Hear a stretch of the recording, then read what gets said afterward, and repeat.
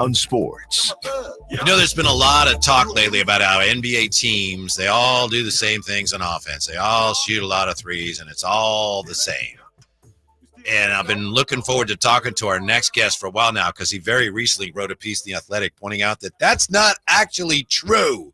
He joins us now, staff writer for The Athletic, covering the Clippers and covering the NBA at large. Law Murray. How are you today, Law?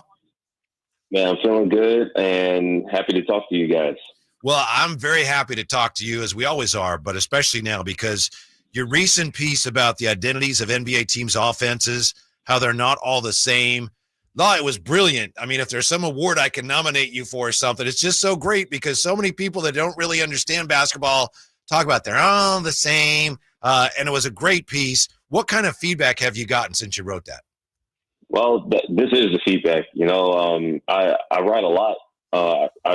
I'm not one of those writers who, you go a week or two without hearing from me in some shape or form. I'm with an NBA team pretty much every other day. I'm looking at the entire league, 30 players. I've been doing it for some time now, especially at The Athletic. So I'm watching a lot of hoop. I'm probably too close to it, to be honest with you. And I love being able to zoom out and zoom in accordingly. So it's been cool to get a few people hit me up, but I could always use a few more. So, I'm always here. Any kind of feedback, even if you ain't feeling what I'm talking about. If you read it and you constructive, I'm trying to hear that. I've always, I'm always going to try and look to be better. And that's really what this piece was about. It's like we're trying to understand what we're seeing, why it matters, what is significant about it. And I love hoop, man. So I'm always looking to progress and bring the conversation along instead of having the same old convos that we've been having. Man, that's dope, Law. As I told you off the air, Whitey, huge fan, Kevin, and me and Drapes, we read you quite a bit. So glad that we can make you an honorary drive guy anytime you want to jump on. You didn't want that. Yeah, I don't know if you want to foreshadow behind you. One of the things that we talk about quite a bit, man, is your power rankings and, where you, of course, being Sacramento Kings station, we always keep a close eye on how you rank the Sacramento Kings. And I must say, I think you're one of the one of the fairest graders when it comes to the NBA. Just overall right now with all the moves, we had the All-Star break. We've gotten a couple of games, even though they smacked the Hornets, they lost to the Warriors. What's your take on the Kings now? New regime, Doug Christie, Zach LaVine, no De'Aaron Fox. And it's been up and down, and honestly, that's what it was when they let Mike Brown go. Like, they had some great games with Mike earlier this season, and they had some rough ones. What Mike didn't have is he didn't have the buy-in up and down the organization, and that's why he's not there anymore. With Doug, Doug doesn't have a future right now, not a locked-in one. They're still calling him an interim head coach. They've had ups and downs, but the downs haven't been as bad. They haven't. I don't think they've lost 3 straight under Doug yet. I thought it was great that according to Chris Sain's report, bringing those guys together after the Warriors smacked them first game after break at home. That's a big game because look at the standings, look at where the Warriors and the Kings are at, and they responded accordingly. Like, that was an impressive performance against the Hornets team that beat the Lakers. You can't lay down on any of these teams. The thing with the Kings is consistency. They have the wrong kind of consistency right now. Like, when they're up, they're going to come down, and when they're down, they're going to respond and bounce back because they're too good to be down for too long. So I think that's reflected in these power rankings. They're right in the middle of things. Yeah. Law Murray with us from The Athletic. You made a great point today, pointing out that the Kings are now one of only 3 teams that's won multiple games by 40 or more points, but they've also lost 6 games by 20 or more. So yeah, that says it all. As far as the offense, because that's where the Kings are trying to, get things done. And you'd written a piece about different offenses in the NBA. The offense right now is a little bit of a work in progress because Doug Christie's making some tweaks, but we know the Kings still employ a lot of dribble handoff. How many other teams rely as much on the dribble handoff? Man, it's not a lot. But what's fun is I love watching, and this is funny to say because of the dearth of talent on this team, but I love watching Jordy Fernandez's team in Brooklyn. And, Jordy was a big part of the Kings staff, over the previous 2 seasons. And they run a lot of dribble handoffs. You probably see more if Cam Thomas was healthy over there in Brooklyn. And so that's one of the things that kind of set me off to this piece in general. Like, the Kings offense just looks different than a lot of teams. You see a little bit of that in Brooklyn, but Brooklyn doesn't have the absolute high level talent that Sacramento has. Sacramento, now that they have, you subbed out the Aaron Fox for Sacramento, but continuation of this offseason, going from Harrison Barnes, who I'm a big HB fan as far as his career goes, but going from him to DeMar, who has been a multi-time All-Star, is still getting buckets at a high level in this league. Like, it's just one of the things I asked DeMar was, how do you fit into this? Like, how do you integrate yourself into this? So the Kings, if anything, they're just too top heavy, man. Like, they have so many mouths to feed. And it looks great if Zach LaVine's not going to miss a shot. Yes, that right. works. That's it. It's going to look great when the ball goes in. But the process is about for the Kings. Malik Monk is a guy everyone got comfortable calling a backup shooting guard. Now he's a starting point guard.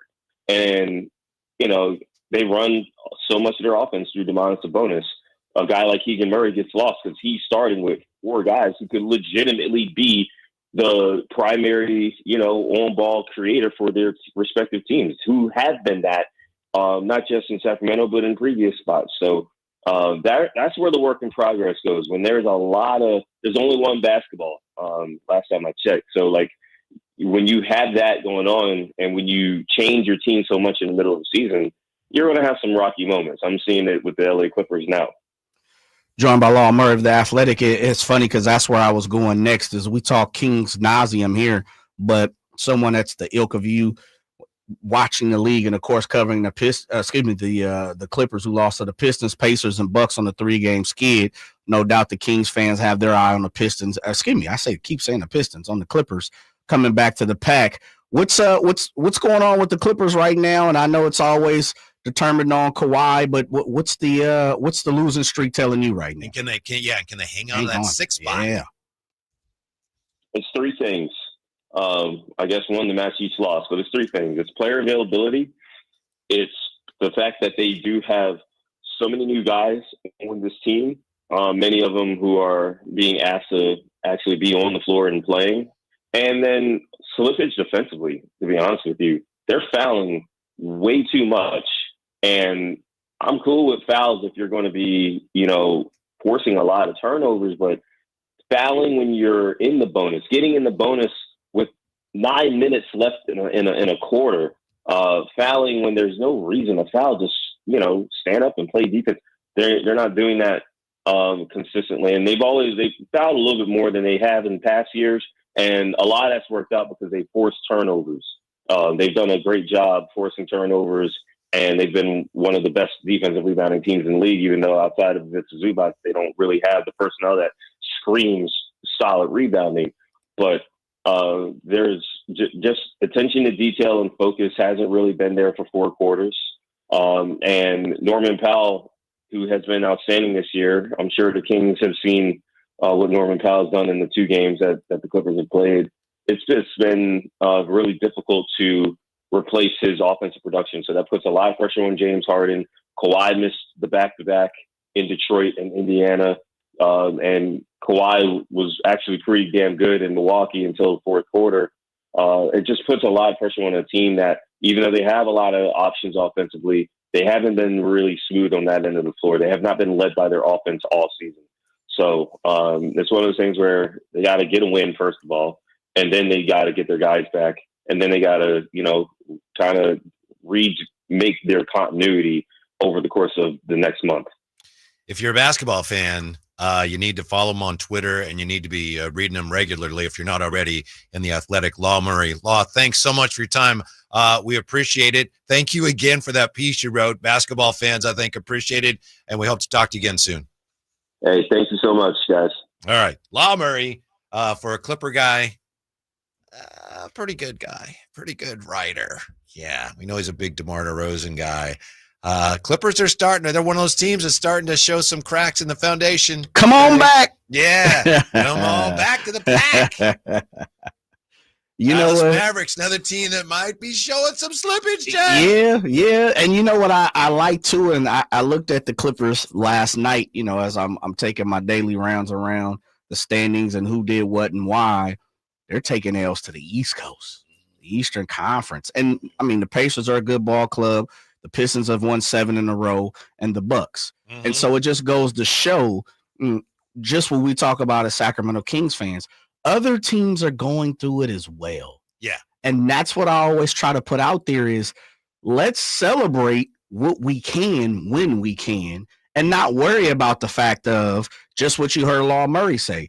They're looking for a win any kind of way. Mm-hmm. I don't need to come out on air every single day and say, okay, they got the win. And then we hear somebody say, yeah, but somebody didn't play right now. And hence the reason why, Whitey, I asked today, are we at this point? And I didn't ask Law, but I asked Anthony and Slater and I asked you, are we at the point now where we're pocket watching? We're watching people's record every single day. Yes. So a win is a win right now. Mm-hmm. No need, no matter if they play against, your 8th grade squad, which I know, section champs, city champs, whatever. City champs. There you go. Yeah. Team. Great team. Not good team. Great team. Hall of Fame worthy. Absolutely. But it doesn't matter if they played against, 8th graders or they played against the Hornets. Accept the win and let's move on, Kings fans. Mm-hmm. Mm-hmm. I think one of the reasons so many teams are in that same situation, I think it's because the play-in thing has worked. Yeah. We'll come back with a look at that. Also, Jay, there's an NFL team that is trying to get rid of the tush push. It's too bad Draper's not here to hear about that. We'll tell you who, and we'll find out how you feel about that. Next with the Drive Guys on Sactown Sports. Wednesday night, Kings